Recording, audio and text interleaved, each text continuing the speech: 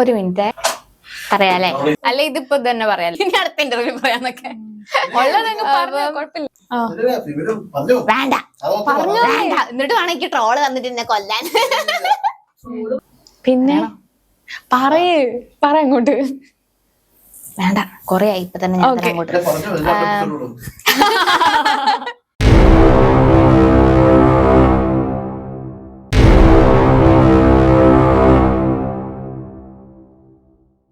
Hi, it's me Angel Raj. ഇന്ന് നമ്മുടെ കൂടെയുള്ള guest Avani Malhar. Welcome Avani. Thank you. ഒരു ഹിറ്റിലാണ് ഇപ്പൊ നിൽക്കുന്നത്, ആ വിശേഷങ്ങളൊക്കെ ഒന്ന് കേൾക്കാം. സന്തോഷം, ഒരുപാട് സന്തോഷം. കാട്ടുചെമ്പകം പിന്നെ ഹിറ്റായി. മന്ദാരപ്പൂവിന് ശേഷം കിട്ടണ ഹിറ്റാണ്. ഇപ്പൊ കൊറേ പേര് ഇങ്ങനെ റീൽസ് ഒക്കെ ഡാൻസ് കളിച്ചിട്ടും ഇത് പാട്ട് പാടിയിട്ടും പിന്നെ അല്ലാതെ മറ്റേ അഭിനയിച്ചിട്ടും ഒക്കെ ആയിട്ട് കൊറേ റീൽസ് ഇറങ്ങുന്നുണ്ട്. അതൊക്കെ കാണുമ്പോൾ ഭയങ്കര സന്തോഷം. എല്ലാരും എന്നെ മെൻഷൻ ചെയ്യണു. അപ്പൊ ഞാനിങ്ങനെ ആദ്യമായിട്ട് ഇൻസ്റ്റഗ്രാം ഒക്കെ നോക്കുമ്പോ ഫുൾ നോട്ടിഫിക്കേഷൻ. അപ്പൊ അതിന്റെ ഒരു ഹാപ്പിനെസ്സിലാണ്, സന്തോഷം. എന്നാൽ നമുക്ക് വേണ്ടിട്ട് ആ പാട്ടൊന്ന് പാടാൻ പറ്റുമോ? ഓക്കെ. നീ പോകാതെ പോകാതെ കൈവെടിയാതെ 100 മോഹങ്ങൾ ദാഹങ്ങൾ തേടി വരുമ്പോൾ തീരം തിരയോടായി ഒരു പ്രേമ സലാപം, കാറ്റും മുളം തണ്ടും ഒരു ഗാന സലാപം, മുകിലണി മഴ പൊഴിയണ പകലേ കാട്ടു ചെമ്പകം പൂത്തോട്ടെ നാട്ടു തത്തമ്മ കേട്ടോട്ടെ, നീ എനിക്കുള്ള കന്നി പെണ്ണാണേ കാത്തു കിട്ടിയ മുത്താണേ തേടി കിട്ടിയ പൊന്നാണേ കട്ടെടുത്തൊരു മോഹ സ്വത്താണേ. സൂപ്പർ. ഈ ഒരു പാട്ടിലേക്ക് എങ്ങനെ എത്തുന്നത്? ഇത് ജെയ്ക് സാറിന്റെ കൂടെയുള്ള എന്റെ 5ാമത്തെ സോങ് ആണ്. അപ്പം ഇതും ഞാൻ ട്രാക്ക് പാടിയതാ, റഫ് ട്രാക്ക് പാടാൻ പോയതാണ്. എന്നിട്ട് ലാസ്റ്റ് എങ്ങനെയൊക്കെ ഇറങ്ങിത്തിരിഞ്ഞ് കൺഫേം ആയതാണ്. ഓക്കെ. അപ്പൊ ആ ട്രാക്ക് പാടുന്ന സമയത്ത് ഉണ്ടായിരുന്നു ഈ പാട്ട് ഹിറ്റ് ആവും അങ്ങനെ എന്തെങ്കിലും ഒരു തോട്ട് മൈൻഡിൽ ഉണ്ടായിരുന്നു? ട്രാക്ക് പാടുന്ന സമയത്ത് ഞാനാ പറഞ്ഞതിനെ ഒരു ഐഡിയ ഇല്ലല്ലോ. എന്ന് വെച്ചാൽ തീരെ പ്രതീക്ഷിച്ചിട്ടുണ്ടായിരുന്നില്ല എന്റെ വോയിസ് കൺഫേം ആവുന്നത്. വലിയ ഏതെങ്കിലും ഫേമസ് ആയിട്ടുള്ള അങ്ങനെ ആരെങ്കിലും ഒക്കെ ആയിരിക്കും പാടാന്നാ വിചാരിച്ചേ.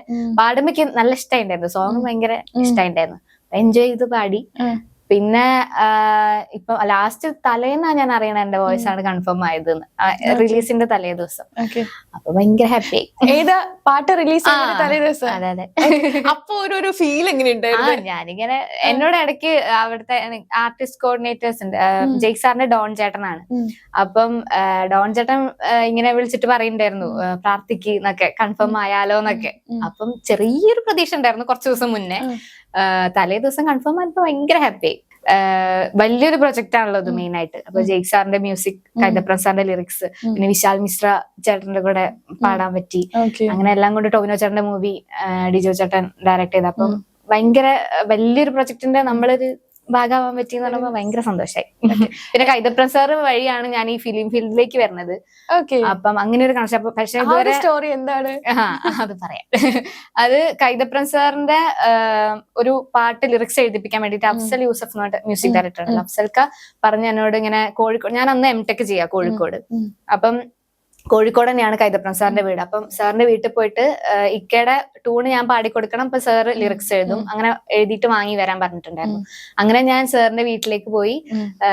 ഞാനിങ്ങനെ ഓരോ വരി പാടാ, അപ്പൊ തന്നെ സാർ എഴുതും. അങ്ങനെ അങ്ങനെ ഒരു ഇതുണ്ടായിരുന്നു. അപ്പം പാടിക്കഴിഞ്ഞപ്പോ സാറിന് പാട്ട് ഇഷ്ടമായപ്പോ എന്നോട് പറഞ്ഞു, മകൻ ഇങ്ങനെ ഒരു മൂവി ചെയ്യുന്നുണ്ട്, അപ്പൊ ഞാൻ നമ്പർ തരാം, ഒന്ന് ഡെമോ അയച്ചു കൊടുക്കുന്ന് പറഞ്ഞു. അപ്പൊ ഞാൻ ദീപാങ്കുരൻ ചേട്ടൻ മ്യൂസിക് ഡയറക്ടർ. അപ്പൊ അന്ന് തട്ടുംപുറത്ത് അച്യുതൻ എന്ന് പറഞ്ഞിട്ട് ലാൽജോ സാറിന്റെ മൂവി ചെയ്യായിരുന്നു ദീപാങ്കുരൻ ചേട്ടൻ, കുഞ്ചാക്കോ ബോബനാണ്. അപ്പം കുഞ്ചാക്കോ ബോബൻ ചേട്ടൻ അഭിനയിച്ച. അപ്പം അതിനു വേണ്ടിയിട്ട് ഞാന് അപ്പൊ സാറ് പറഞ്ഞപ്പോ ഞാൻ അന്ന് തന്നെ പോയിട്ട് ഡെമോ അയച്ചു കൊടുത്തു. അപ്പൊ എന്നോട് 2-3 ദിവസം കഴിഞ്ഞിട്ട് ട്രാക്ക് പാടാൻ വരുമോന്ന് ചോദിച്ചു. അതും ഇതേപോലെ ട്രാക്ക് പാടാൻ പോയി, ലാസ്റ്റ് കൺഫേം ആയി. അങ്ങനെയാണ് ഫസ്റ്റ് മൂവി ഞാൻ പാടണേ. അപ്പൊ അങ്ങനെ ഒരു കണക്ഷൻ ഉണ്ട് കൈതപ്രം സാറായിട്ട്. പക്ഷെ സാറിന്റെ ലിറിക്സിൽ ഞാൻ അതുവരെ പാടിയിട്ടുണ്ടായിരുന്നില്ല. ഇത് ഫസ്റ്റ് പാട്ട്. ഭയങ്കര സന്തോഷം. ഓക്കെ. ഈ പാട്ടിനെ കുറിച്ച് പറയുകയാണെങ്കിൽ എല്ലാവരും ഏറ്റെടുത്ത ഒരു പാട്ടാണ്. ആ ഒരു സന്തോഷം എങ്ങനെയാണ് നമുക്ക് പങ്കുവയ്ക്കുന്നത്? സന്തോഷം ഞാൻ പറഞ്ഞ പോലെ എല്ലാരും റീല് ചെയ്യുന്ന കാണുമ്പോ ഭയങ്കര സന്തോഷം. സാധാരണ മന്ദാരപ്പൂവിനൊക്കെ എല്ലാവരും ഡാൻസ് കളിച്ചിട്ടായിരുന്നു റീൽസ് അധികവും വന്നേ. എല്ലാവരും ഡാൻസ് ആയിരുന്നു. പിന്നെ ഇങ്ങനെ കുക്കിംഗ് വീഡിയോസിലും അങ്ങനത്തെ ഒക്കെ ബാക്ക്ഗ്രൗണ്ടിൽ മൈലാഞ്ചി ഇടുന്ന വീഡിയോ അങ്ങനത്തെ കുറെ വന്നിട്ടുണ്ടായിരുന്നു മന്ദാരപ്പൂ. ഇപ്രാവശ്യം എന്താ വെച്ചിട്ടുണ്ടെങ്കിൽ അതും മന്ദാരപ്പൂവില് ഒരു ഹുക്ക് ലൈൻസ് മാത്രമായിരുന്നു എല്ലാരും ഇങ്ങനെ റീൽ ചെയ്തുകൊണ്ടിരുന്നു. ഉള്ളിനുള്ളിൽ മഞ്ഞ് പെയ്യുന്നിട്ടുള്ള ഒരു പോർഷൻ. ഈ കാട്ടുചെമ്പൊക്കെ എടുത്തു നോക്കുമ്പം എല്ലാവരെയും എല്ലാവരും റീൽ ഇടുന്നുണ്ട്. എന്ന് വെച്ചാൽ പല്ലവി ഇടുന്നുണ്ട്, അനുപല്ലവി ഇടുന്നുണ്ട്. ഇതിപ്പം യൂട്യൂബില് പല്ലവി അനുപല്ലവി മാത്രമേ ഉള്ളത്.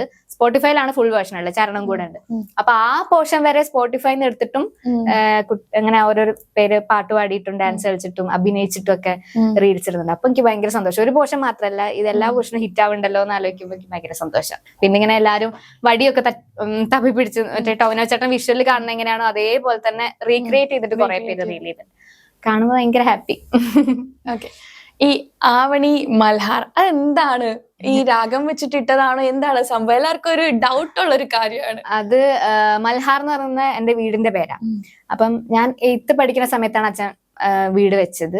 അപ്പോഴേക്കും ഞാൻ മ്യൂസിക്കിലേക്ക് ഇറങ്ങിയിട്ടുണ്ടായിരുന്നു. അപ്പം അമ്മ ഇങ്ങനെ മ്യൂസിക് റിലേറ്റഡ് എന്തെങ്കിലും പേര് വീടിന് ഇടാം എന്നുള്ള പ്ലാനിൽ സെർച്ച് ചെയ്തിട്ടാണ് ഈ മൽഹാറിലെത്തിയത്. അപ്പൊ ഞാൻ വീട്ടുപേരും കൂടെ ചേർത്തിട്ടാണ് ആവണി മൽഹാർ പേരാക്കി. ഓക്കെ, ആവണിയുടെ കരിയറിലെ ഏറ്റവും ഒരു ബിഗ്ഗസ്റ്റ് സപ്പോർട്ടർ ആരാണ്? സപ്പോർട്ട് എന്ന് വെച്ചിട്ടുണ്ടെങ്കിൽ എല്ലാവരും സപ്പോർട്ട് തന്നെയാണ്. എന്റെ അമ്മ എപ്പോഴും എന്റെ കൂടെ തന്നെ ഫുൾ ടൈം ഉണ്ടാവും. എല്ലാ റെക്കോർഡിങ്സിനും എല്ലാത്തിനും എല്ലാരും പറയാറാം ആവണീനെ വിളിച്ച അമ്മ ഫ്രീ എന്നാണ്. അപ്പൊ അമ്മ എപ്പോഴും കൂടെ തന്നെ ഉണ്ടാവും. അച്ഛൻ തിരുവനന്തപുരം വർക്ക് ചെയ്യാണ്, അതുകൊണ്ട് ഇവിടേക്ക് അങ്ങനെ വരാൻ പറ്റാറില്ല. പിന്നെ സപ്പോർട്ട് എല്ലാ ഫ്രണ്ട്സും റിലേറ്റീവ്സ് എല്ലാവരും സപ്പോർട്ട് ചെയ്യും. എനിക്ക് പ്രൊഫഷണലി ഈ മ്യൂസിക് റിലേറ്റഡ് ഇതിനൊക്കെ KD വിൻസെന്റ് സർ ഉണ്ട്, ആർട്ടിസ്റ്റ് കോർഡിനേറ്ററാണ്. അപ്പൊ സാർ വഴിയാണ് എനിക്ക് ഇതുവരെ പാടിയ എല്ലാ പാട്ടിനും ചാൻസ് കിട്ടിയേക്കുന്നത്. സാറ് ഓരോ മ്യൂസിക് ഡയറക്ടേഴ്സിനും സിംഗേഴ്സിനെ പ്രൊവൈഡ് ചെയ്യുന്ന കോർഡിനേറ്റർ ആണ്. അപ്പം വിൻസെന്റ് സാറാണ് മെയിൻ സപ്പോർട്ട്. എനിക്ക് കുറെ പാട്ട് എനിക്ക് തന്നിട്ടുണ്ട്. എപ്പോഴും ഞാൻ ഗ്രേറ്റ്ഫുൾ. അപ്പൊ ഫാമിലിയിൽ വേറെ ആരെങ്കിലും പാടോ? അച്ഛന്റെ കുടുംബത്തിൽ കുറെ പേര് പാടും. അച്ഛനും ചെറുതായിട്ടൊക്കെ പാടും, പഠിച്ചിട്ടൊന്നുമില്ല. അച്ഛന്റെ കസിൻസ് ഒക്കെ കുറെ പേര് പാടും. ഒറ്റ മോളായതുകൊണ്ട് എന്റെ നല്ല സപ്പോർട്ട് ഉണ്ടാവും വീട്ടിൽ നിന്ന്, അല്ലേ? അതെ, ഞാൻ MTech കഴിഞ്ഞിട്ട് ഇങ്ങനെ ജോലിക്ക് പോകാതെ കുസാറ്റിൽ എനിക്ക് ജോബ് കിട്ടിയായിരുന്നു. അപ്പം പോവാതെ ഞാൻ പോകുന്നില്ല എന്ന് എഴുതി കൊടുത്ത റിലേറ്റീവ്സ് ഒക്കെ ഇങ്ങനെ ഒരു അങ്ങനെയല്ല, എല്ലാവർക്കും ഒന്ന് അന്തം വിടൽ ഉണ്ടാവുമല്ലോ. അപ്പൊ മ്യൂസിക് തന്നെ കരിയർ ആക്കാന്ന് പറഞ്ഞാൽ എല്ലാവർക്കും ഒരു പേടിയും ഉണ്ടാവും. എന്നുവെച്ചാൽ എപ്പോഴും വർക്ക് ഉണ്ടാവുമെന്നും ഉറപ്പുണ്ടാവില്ലല്ലോ. അപ്പം പാരന്റ്സ് ഒക്കെ നല്ല സപ്പോർട്ടായിരുന്നു. അതുകൊണ്ടാണ് ഞാനും അമ്മ ഇപ്പം എറണാകുളത്തേക്ക് നിൽക്കണത് തന്നെ. കോഴിക്കോടാണ് എന്റെ ശരിക്കും വീട്. അപ്പൊ എറണാകുളത്തേക്ക് ഞങ്ങൾ ഷിഫ്റ്റ് ആയത് തന്നെ മ്യൂസിക്കിന് വേണ്ടിയിട്ടാ. എന്നുവെച്ചാൽ കോഴിക്കോട് നിൽക്കണ സമയത്ത് എനിക്കൊരു 3-4 വർക്ക് ഇങ്ങനെ ഫിലിം പ്രൊജക്ട് മിസ്സായി. അവിടെ ആയതുകൊണ്ട് മാത്രം എനിക്ക് ട്രാവലിന്റെ ടൈം അവർക്ക് അഡ്ജസ്റ്റ് ചെയ്യാൻ പറ്റാത്തതുകൊണ്ട്. അപ്പൊ എനിക്ക് ഭയങ്കര സങ്കടമായിട്ടാണ് MTech കഴിയാൻ കാത്തു നിന്നിട്ട് ഞാൻ അത് കഴിഞ്ഞ ഉടൻ ഞാനും അമ്മയും കൂടെ ഇങ്ങോട്ട് ഷിഫ്റ്റ് ആയത്. ഏത് പീരീഡിലാണ് ഇങ്ങനെ ചിന്തിച്ചത് ഓക്കെ ഇതാണ് എന്റെ പ്രൊഫഷൻ, ഇനി ഇതാണ് എന്റെ ജീവിതം എന്ന് ചിന്തിച്ച ഒരു പോയിന്റ് ഉണ്ടാവുമല്ലോ, അതെന്തായിരുന്നു? ഞാൻ നഴ്സറി മുതലേ പാട്ട് പഠിക്കുന്നുണ്ട്. 5 വയസ്സ് മുതലേ പാട്ട് പഠിക്കുന്നുണ്ട്. പിന്നെ യൂത്ത് ഹോസ്റ്റലിലും എപ്പോഴും അന്ന് എനിക്ക് കുറെ പരിപാടി ഉണ്ടായിരുന്നു. പാട്ട് ആയിരുന്നില്ല മെയിൻ, മറ്റേ ഡാൻസ്, ആക്ടിങ് അങ്ങനത്തെ കുറെ പരിപാടി ആയിരുന്നു ചെറുതാകുമ്പം. ഞാൻ ഡാൻസ് വീഡിയോസ് ഒക്കെ കണ്ടിട്ടുണ്ട്. ആ സമയത്ത് അതായിരുന്നു മെയിൻ. അപ്പം അങ്ങനെ യൂത്ത് ഹോസ്റ്റലിനൊക്കെ കുറെ പങ്കെടുത്തു എന്നല്ലാതെ 10th ഒക്കെ ആയപ്പോ പിന്നെ പഠിപ്പിലേക്ക് കുറെ കോൺസെൻട്രേഷൻ പോയിട്ട് പിന്നെ അതൊക്കെ ഒന്ന് നിന്നു.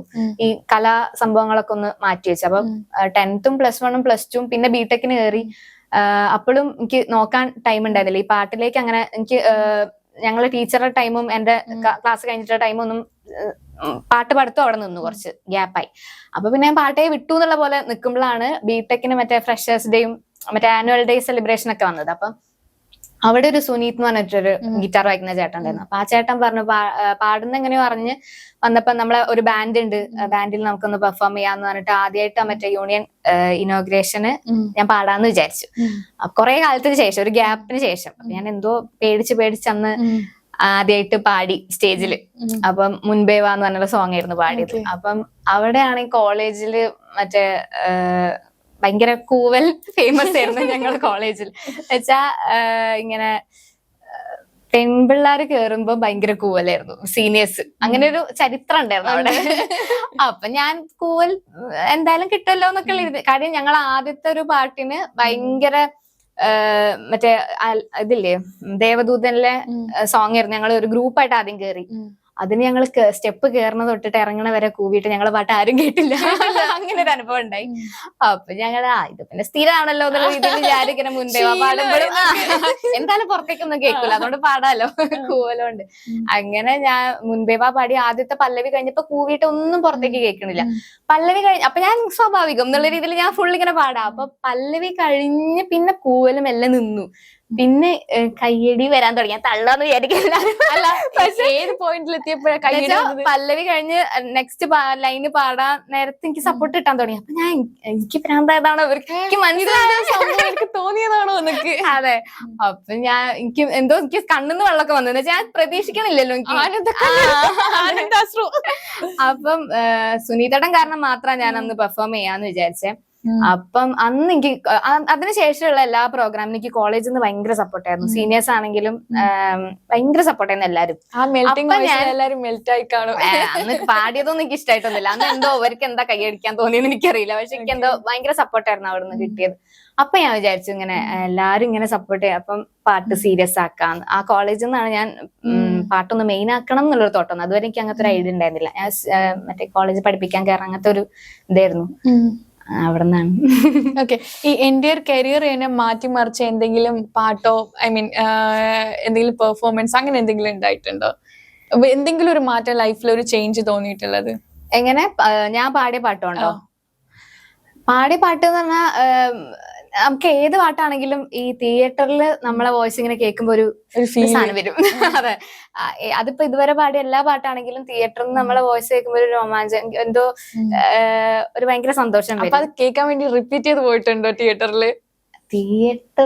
റിപ്പീറ്റ് ചെയ്ത് ഇതുവരെ പോയില്ല. സത്യം പറഞ്ഞാ പോയില്ല. അത് എപ്പോഴും ആലോചിക്കണം അങ്ങനെ പോയി ഒന്നും കൂടി. ചിലപ്പോ അത് ആദ്യത്തെ പ്രാവശ്യം കിട്ടുന്ന ഇതായിരിക്കും, അറിയില്ല.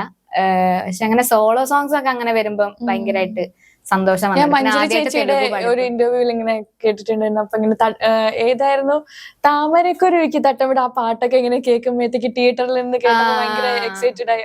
അത് മന്ദാരപ്പൂ കേട്ടപ്പോ അങ്ങനത്തെ ഒരു സംഭവം ഉണ്ടായിരുന്നു. പിന്നെ ഈ ഹായ്നന തെലുഗു അതും എന്നുവെച്ചാ നാനീനും മൃണാളിനും എനിക്ക് ഭയങ്കര ഇഷ്ടം. അപ്പം അവരുടെ സീനിൽ എന്റെ ബാക്ക്ഗ്രൗണ്ടിൽ ഇങ്ങനെ കേട്ടപ്പോ ഭയങ്കര ഹാപ്പിനെസ്. ഇനി ഞാൻ വെയിറ്റിംഗ് കാട്ടുചെമ്പകം തിയേറ്ററിൽ കേൾക്കാൻ. അപ്പൊ അതിന് റിപ്പീറ്റ് ചെയ്ത് കേൾക്കുമല്ലോ. യെസ്. ആവണിയുടെ ഒരു വ്യൂ പോയിന്റില് ഇപ്പം ക്ലാസിക്കൽ മ്യൂസിക് ഇന്നത്തെ ഒരു തലമുറയായിട്ട് എങ്ങനെയായിരിക്കും കണക്ട് ചെയ്യാൻ പറ്റുക? ക്ലാസിക്കൽ മ്യൂസിക് എന്നുവെച്ചാൽ പഠിക്കണോ എന്നുള്ളതാണോ?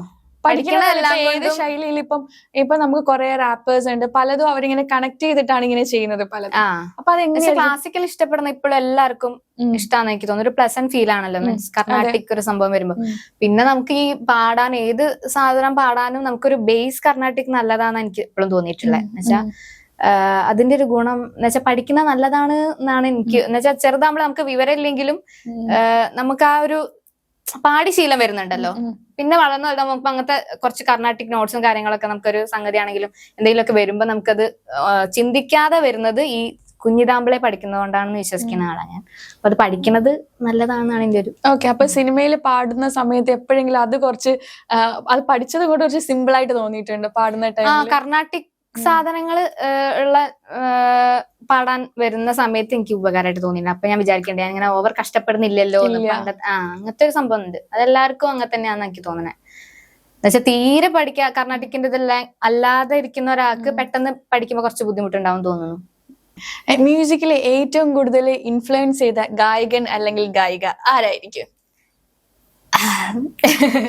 ഗായിക എനിക്ക് എപ്പോഴും ഫേവറേറ്റ് ശ്വേതാ മോഹൻ. ശ്വേത ചേച്ചി ഭയങ്കര ഇഷ്ടമാണ്. എന്നുവെച്ചാ പാട്ട് കേൾക്കാനും ഇഷ്ടമാണ്, പാട്ട് പാടുന്ന കാണാനും ഒരു ഫേഷ്യൽ എക്സ്പ്രഷൻ ആണെങ്കിലും ഒക്കെ ഞാൻ ഇങ്ങനെ കണ്ടുകൊണ്ടിരിക്കും. എനിക്ക് ഭയങ്കര ഇഷ്ടമാണ് ശ്വേത ചേച്ചി.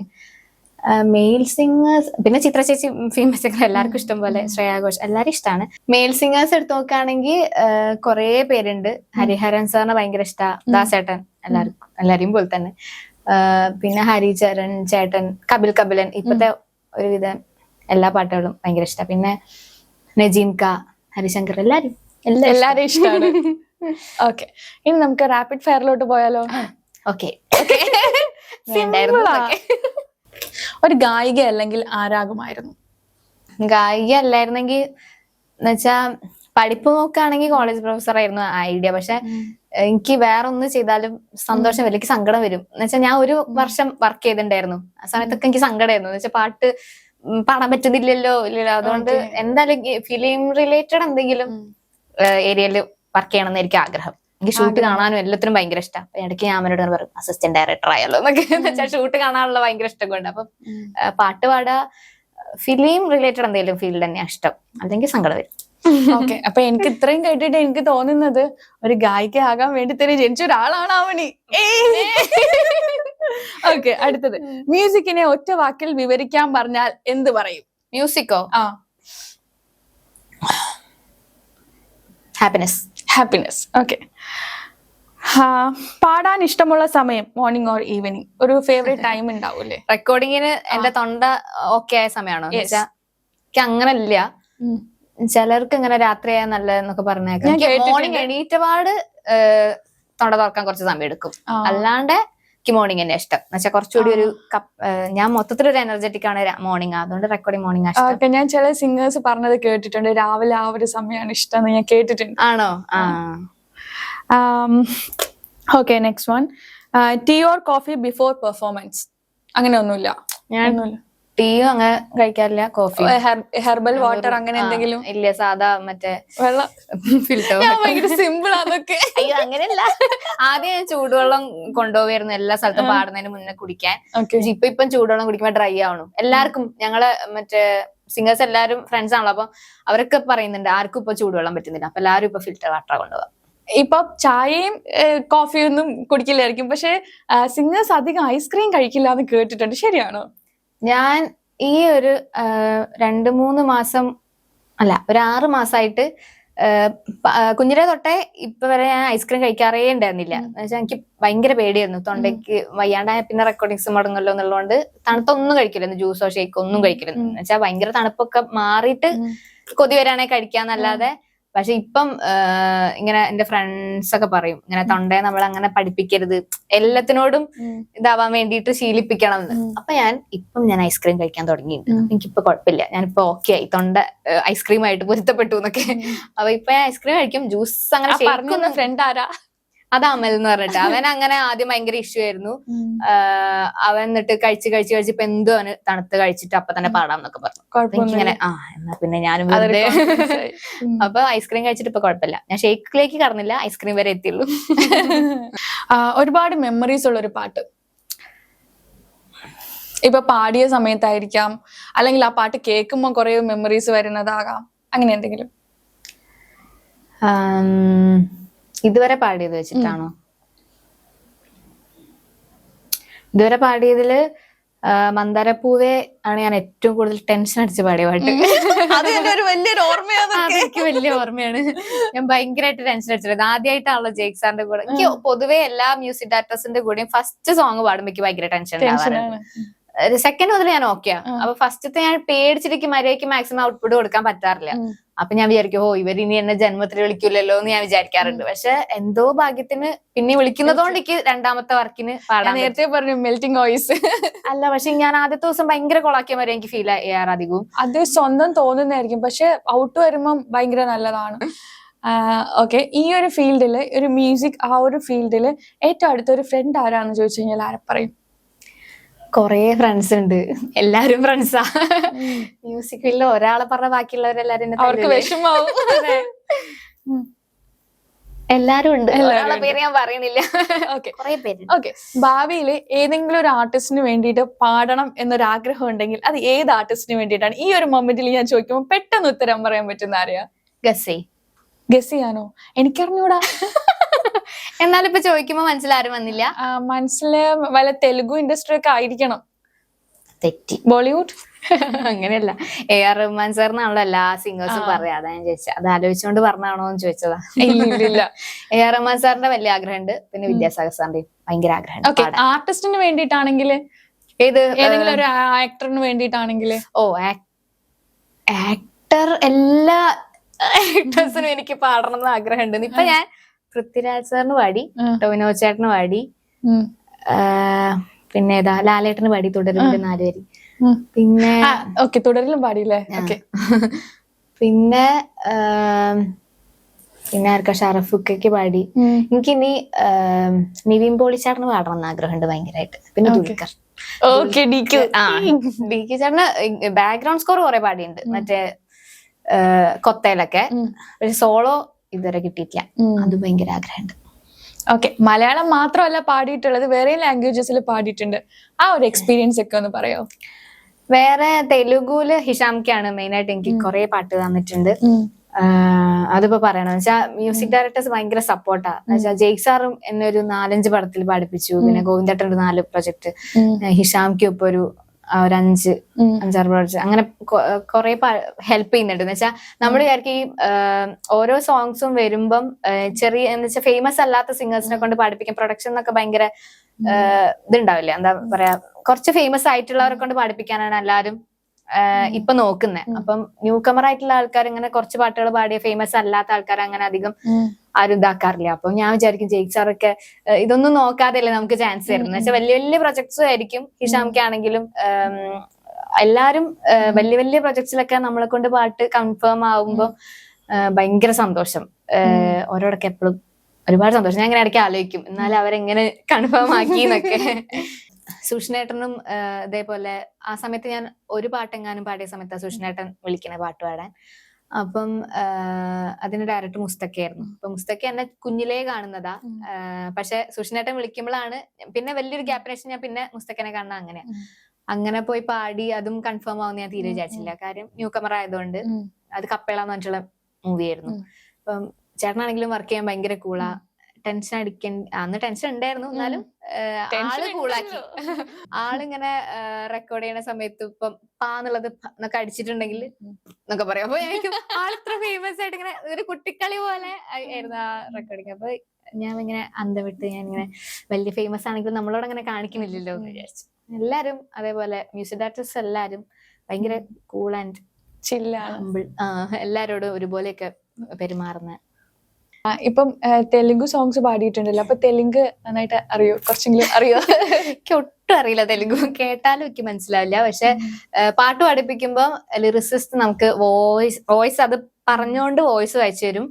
ലിറിക്സ് ഇംഗ്ലീഷിൽ എഴുതിയിട്ടും തരും. അപ്പൊ ഞാൻ പറഞ്ഞിട്ട് കേട്ടിട്ട് ഞാൻ എഴുതിയെടുത്തിട്ടാണ് പറഞ്ഞത്. അപ്പം പാടിക്കഴിഞ്ഞാൽ അവർക്ക് ഒന്നുകൂടെ കഴിക്കും എന്തെങ്കിലും കറക്ഷൻ ഉണ്ടോ എന്ന് ചോദിക്കാൻ വേണ്ടിട്ട് അങ്ങനെ കറക്റ്റ് ചെയ്തിട്ടാ വരുന്നത്. അപ്പൊ എങ്ങനെയാണ് ആ ഒരു ഉച്ചാരണം പെർഫെക്റ്റ് ആക്കുന്നത്? അതെ, വോയിസ് കേട്ടിട്ട് അതേപോലെ തന്നെ പറയാൻ വേണ്ടിട്ട് ശ്രമിക്കുന്നതാ. അവരുടെ വോയിസ് കേൾക്കുമ്പോൾ നമുക്കറിയാലോ എങ്ങനെയാ പറഞ്ഞേക്കുന്നതെന്ന്. അപ്പൊ ഇതുവരെ പാളിയിട്ടില്ല എന്നാണ് എന്റെ വിശ്വാസം. എനിക്ക് തെലുങ്കന്മാരെ മെസ്സേജ് വരലുണ്ട്. എന്നുവെച്ചാൽ തെലുഗു ആളാണ് ഞാൻ എന്നുള്ള രീതിയിൽ എനിക്ക് തെലുങ്കിൽ മെസ്സേജ് വരണ്ട. അപ്പം ഓക്കെ ആണെന്നാണല്ലോ പ്രൊനൗൺസിയേഷൻ ഞാൻ വിചാരിക്കും. എന്നുവെച്ചാൽ പാട്ടൊക്കെ തെലുങ്കിൽ എന്തെങ്കിലും ഒരു 2 വാക്ക് പറയണമെന്ന് ഞാൻ പറയില്ല. എന്തെങ്കിലും പറയാൻ പറ്റുമോ? ഒന്നും അറിയില്ല. അപ്പൊ എനിക്കൊന്നും അറിയില്ല. എന്നെ പോലെയാണ്, ഞാനും തെലുങ്ക് സീരിയൽ ചെയ്തിട്ടുണ്ട്. പക്ഷെ പ്രോംപ്റ്റിംഗ് അല്ലേ ഫുള്ള്. എനിക്കൊന്നും അറിഞ്ഞൂടാ. ഇപ്പോഴും അറിഞ്ഞൂടാ, അന്നും അറിഞ്ഞൂടാ. ഇപ്പൊ ഓടും കുതിര ചാടും കുതിരയിൽ നല്ലൊരു പാട്ട് പാടിയിട്ടുണ്ട്. ഞാനത് യൂട്യൂബിൽ കേട്ടിട്ടുണ്ട്. അതിനെ കുറിച്ച് എന്താ പറയാനുള്ളത്? അത് ജസ്റ്റിനേട്ടനാണ് മ്യൂസിക്. ഞാൻ ഭയങ്കരമായിട്ട് ആരാധിക്കുന്ന എന്റെ ഫ്രണ്ടാണ് ജസ്റ്റിനേട്ടൻ. അപ്പൊ പാടാൻ പറ്റുന്ന ഞാൻ അങ്ങനെ എക്സ്പെക്ട് ചെയ്യാറില്ലായിരുന്നു. എന്നുവെച്ചാൽ ജസ്റ്റിനേട്ടൻ ഫുൾ വെറൈറ്റി ആയിട്ടുള്ള ടോണും കാര്യങ്ങളൊക്കെ ചെയ്യുന്നത് സാധാരണ അങ്ങനെയാണല്ലോ ചെയ്യാറ്. അപ്പം ഞാൻ വിചാരിക്കും എനിക്ക് ഞാനെന്തോ പാടുന്ന ഞാൻ അങ്ങനെ പ്രതീക്ഷിച്ചിട്ടുണ്ടായിരുന്നില്ല. പക്ഷെ ഞാൻ ചിത്ര ചേച്ചിക്ക് ഒരു ട്രാക്ക് പാടിയായിരുന്നു ഞാൻ, മറ്റേ പക എന്ന് വെച്ചിട്ടുള്ള സോങ്ങില്. അപ്പം ഇതിന് വേണ്ടിട്ട് വിളിച്ചപ്പോ ഞാൻ ഭയങ്കര ഹാപ്പി. എന്ന് വെച്ചാൽ ഇതും ഇതേപോലെ തന്നെ ശ്രേയാജി ഒറിജിനൽ പാടുന്നുള്ള രീതിയിലായിരുന്നു ആദ്യത്തെ പ്ലാനിങ്. പിന്നെ ഞാൻ പാടിയതാ, അപ്പം ഞാൻ ട്രാക്ക് പാടിയതാ. അപ്പം ഇതും കൺഫേം ആയി എന്ന് പറഞ്ഞപ്പോ എനിക്ക് ഭയങ്കര സന്തോഷമായി. ജസ്റ്റിനേട്ടൻ്റെ പാട്ട് പാടാൻ പറ്റിയല്ലോ അതിൽ. അപ്പം പക്ഷെ ലാസ്റ്റ് നിമിഷം റിലീസിന്റെ 2 ദിവസം മുന്നേങ്ങാനും ഇവര് ഈ പാട്ട് ആ പടത്തുനിന്ന് പോയി. എന്നുവെച്ചാ എന്തോ ഡീറ്റെയിൽസ് എനിക്കറിയില്ല. ആ ഒരു സിറ്റുവേഷന് വേറൊരു ഇതാണ് വേണ്ടതെന്ന് എല്ലാരും കൂടെ തീരുമാനിച്ചു തോന്നുന്നു. എന്നുവെച്ചാൽ ഇങ്ങനത്തെ ഒരു മെലഡി അല്ല, കുറച്ചുകൂടെ പോസിറ്റീവ്, കുറച്ച് ഫാസ്റ്റ് ആയിട്ടുള്ള പോലത്തെ ഒരു സംഭവമാണ്, പ്ലസന്റ് ആയിട്ടുള്ള ഒരു പോലത്തെ ഒരു സംഭവമാണ് വേണ്ടതെന്ന് അവർ ഡിസൈഡ് ചെയ്താ. അങ്ങനെ ഈ പാട്ടങ്ങടെ അതിൽ നിന്ന് ഡിലീറ്റ് ആയി. അപ്പൊ എനിക്ക് ഭയങ്കര സങ്കടമായി കുറച്ചൊക്കെ. അതിലെ 2 പേരും നമുക്ക് അത് പക്ഷെ ഇവര് യൂട്യൂബിൽ റിലീസ് ചെയ്തു ലിറിക്കൽ വീഡിയോ ആയിട്ട്. എനിക്ക് സന്തോഷം. അല്ല, അത് കേട്ടപ്പോ തന്നെ നല്ല രസമുള്ള പാട്ടാക്കി. എനിക്ക് ഭയങ്കര അതാ ഫസ്റ്റ് ടൈം ജസ്റ്റിനേട്ടൻ എനിക്ക് പാടി തന്നപ്പം ലൈവായിട്ട് ഞാൻ കേൾക്കാണല്ലോ. അപ്പൊ എനിക്ക് ഭയങ്കര ഇഷ്ടമായി. നല്ലൊരു മെലഡി. ഹിഷാമിക്കന്റെ കൂടെ വർക്ക് ചെയ്തിട്ടുള്ളതില് ഫേവറേറ്റ് ആ ഒരു എക്സ്പീരിയൻസ് ഒക്കെ എങ്ങനെയുണ്ടായിരുന്നു? ഹിഷാംക്ക ഭയങ്കര കൂൾ മനുഷ്യനാണ്. നല്ല കമ്പനിയാണ്. എന്ന് വെച്ചാൽ ഹിഷാംക്കന്റെ വൈഫും ഐഷുത്തേയും ഭയങ്കര കൂട്ടാ. പിന്നെ അവിടെ വർക്ക് ചെയ്യുന്ന വിഷ്ണു, വിച്ചു, പിന്നെ പ്രഭു എന്നൊക്കെ പറഞ്ഞിട്ട് ഇവരെല്ലാരായിട്ട് നല്ല ഒരു തറവാട്ട് പോയ സുഖമാണ് എനിക്ക് അവിടെ റെക്കോർഡിങ്ങിന് പോകുമ്പോ. എല്ലാവരും നല്ല കമ്പനി ആയതുകൊണ്ട്. പിന്നെ ഹിഷാംക്ക ഭയങ്കരമായിട്ട് ഹെൽപ്പ് ചെയ്തിട്ടുണ്ട്. കുറെ മലയാളം പാട്ടാണെങ്കിലും തെലുഗു സോങ്സ് ആണെങ്കിലും കുറെ എന്നെ കൊണ്ട് പഠിപ്പിച്ചിട്ടുണ്ട്. ഇപ്പം ആളുടെ കൂടെ വർക്ക് ചെയ്തതിൽ ഫേവറേറ്റ് സോങ് ഏതാണെന്ന് ഞാൻ ചോദിക്കുകയാണെങ്കിൽ, ഇപ്പൊ ഞാനൊരു പാട്ട് പാടാൻ പറ്റുമ്പോൾ ഏത് പാടാൻ പറ്റുമെന്ന് ചോദിക്കുകയാണെങ്കിൽ ഏതായിരിക്കും? നീതേ നീതേ അവിടെ അത്യാവശ്യം നല്ല ഹിറ്റ് ആയിട്ടുണ്ടായിരുന്നു. നീതേ നീതേ സോങ് ഹായ് നാന എന്ന് പറഞ്ഞിട്ടുള്ള മൂവിയിലെ. പിന്നെ അതിന്റെ തന്നെ ഒരു മലയാളം വേർഷനും ആ സോങ്ങിന്റെ അല്ല, അതിലത്തെ വേറൊരു സോങ്ങിന്റെ മലയാളം വേർഷൻ അത്യാവശ്യം സ്പോട്ടിഫൈയിലൊക്കെ നല്ല റീച്ച് പോയിട്ടുണ്ടായിരുന്നു. മെല്ലെ ഇഷ്ടം എന്ന് പറഞ്ഞിട്ട്. അത് അധികം ആൾക്കാർ കേട്ടിട്ടുണ്ടോ അറിയില്ല, പക്ഷെ സ്പോട്ടിഫൈയില് നല്ല വ്യൂസ് ഉണ്ട്. അത് പാടാം. ഓക്കെ. ഇഷ്ടം തോന്നുന്നുണ്ടോ, വീണ്ടെന്നുള്ളം ചൊല്ലുമ്പോഴും തോന്നുന്നുണ്ടോ, ഓർക്കും തോറും ഉള്ളം തൊള്ളി തോന്നുന്നുണ്ടോ, ഇഷ്ടം തോന്നുന്നുണ്ടോ. അങ്ങനെ ഒരു പാട്ട്. Cute song. ഇപ്പൊ ഒരു പെർഫോമൻസ് അല്ലെങ്കിൽ റെക്കോർഡിങ്ങിന് പോകുന്നതിന് മുന്നേ എന്തെങ്കിലും ഒരു ടെൻഷൻ വരികയാണെങ്കിൽ അത് എങ്ങനെയാ ഹാൻഡിൽ ചെയ്യുന്നത്? ടെൻഷൻ വരികയാണെങ്കിൽ കൊറേ വെള്ളം കുടിക്കും. എന്തെങ്കിലും എന്റെ അമ്മേന്റെ ഒക്കെ കൈ പിടിച്ച് ഞാൻ ഞെക്കും. കൂടെ ആരാണോ പറഞ്ഞ ഓരൊക്കെ കൈ പിടിച്ച് ഞെക്കും. അങ്ങനത്തെ കുറച്ച് കലാപരിപാടിയാണ്. മറ്റേ പണ്ടേ ടെൻഷൻ വരാണ് സെമിനാർ പ്രസന്റേഷൻ, അതിന് എല്ലാത്തിനും ടെൻഷൻ ആണല്ലോ. അപ്പം ഒരു ടെൻഷൻ മുന്നേ പോയിട്ട് ഓക്കാനിക്ക അങ്ങനത്തെ കുറച്ച് പരിപാടികളൊക്കെ ഉണ്ട്. ഇപ്പൊ അതങ്ങനെ ഇല്ല, പണ്ട് കുറച്ച് അധികം ഉണ്ടായിരുന്നു. ഇപ്പം ടെൻഷൻ വന്നാ ടെൻഷൻ അടിക്കാൻ തന്നെ, വേറെ കഴിഞ്ഞ ടെൻഷൻ മാറും. കഴിയണ വരെ ടെൻഷൻ. ഫുഡ് കഴിക്കാൻ പറ്റില്ല, അതാണ് മെയിൻ. പ്രോഗ്രാം എന്തെങ്കിലും എടുത്തിട്ടുണ്ടെങ്കിൽ അത് കഴിയണ വരെ ഫുഡ് പോകില്ല. അന്ന് രാവിലെ തൊട്ട് പട്ടിണി ആയിരിക്കും. പ്രോഗ്രാം കഴിഞ്ഞിട്ട് കുറെ തോന്നും. ഇനി അപ്കമിങ് സിംഗേഴ്സിനോട് കയറി വരുന്ന ചിലപ്പോൾ കുട്ടികളായിരിക്കാം, വലിയ ആൾക്കാരായിരിക്കും, പാടാൻ ഭയങ്കര ഇഷ്ടമുള്ള ആൾക്കാരുണ്ടായിരിക്കും. ഈ ഒരു ഇൻഡസ്ട്രിയിലോട്ട് വരണമെന്ന് ആഗ്രഹിക്കുന്നവരോട് എന്തായിരിക്കും പറയാനുള്ളത്?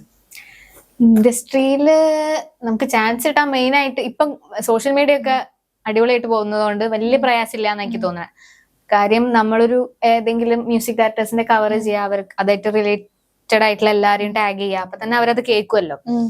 അപ്പം നമ്മളെ വോയിസ് ഇഷ്ടപ്പെട്ടിട്ടുണ്ടെങ്കിൽ മ്യൂസിക് ഡയറക്ടേഴ്സ് അപ്രോച്ച് ചെയ്യും. അങ്ങനെയാണ് എനിക്ക് കുറെ വർക്ക്സ് ഒക്കെ അങ്ങനെയാ കിട്ടിയേക്കുന്നത്. പിന്നെ ഹാർഡ് വർക്ക് അതില്ലാണ്ട് ഒന്നും നടക്കൂല. ഞാൻ ഉഴപ്പിടുന്ന സമയത്ത് എനിക്ക് ഒരു പാട്ടും വരാറില്ല. ഞാൻ കുറച്ചൊന്ന് പ്രാക്ടീസ് ഒക്കെ ചെയ്യുമ്പോ അത് മൈൻഡിന്റെ ആണോന്ന് അറിയില്ല, പക്ഷെ ഞാൻ പ്രാക്ടീസ് ചെയ്യുന്ന സമയത്താണ് എനിക്ക് വർക്ക് കിട്ടാറ് എന്ന് വിശ്വസിക്കുന്ന ആളാണ്. യൂണിവേഴ്സ് കൊണ്ടുതരും. അങ്ങനെ പോസിറ്റീവായിട്ട് തിങ്ക് ചെയ്യുക, അങ്ങനെയൊക്കെ തന്നെ. അപ്പം ഈ ഒരു ഇതില് ആവണി നേരിട്ടിട്ടുള്ള ചാലഞ്ചസ് എന്തൊക്കെയായിരിക്കും? എന്തെങ്കിലും ചാലഞ്ചസ് നേരിട്ടിട്ടുണ്ടോ? വർക്ക് എന്താ വെച്ചിട്ടുണ്ടെങ്കിൽ റെക്കോർഡിങ്സിൽ നമുക്ക് ഒന്നും ഉറപ്പ് പറയാൻ പറ്റില്ല. ഈ ഫിലിം ഇൻഡസ്ട്രി ആകുമ്പം അതെല്ലാവർക്കും അങ്ങനെ തന്നെ. എല്ലാവരും പാടും, ട്രാക്ക് പാടും, അല്ലെങ്കിൽ കൺഫേം ആവും എന്ന് പറയും.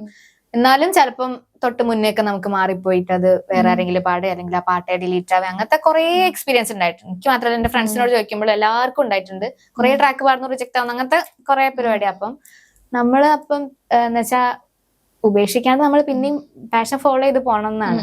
എപ്പോഴെങ്കിലും നമുക്ക് കിട്ടും. ആവണിനെ ഇവിടെ വന്നതിൽ ഒരുപാട് സന്തോഷമുണ്ട്. അതുപോലെ തന്നെ നമുക്ക് കുറെ ഹിറ്റ് പാട്ടുകളൊക്കെ ഇനിയും തരാൻ സാധിക്കട്ടെ.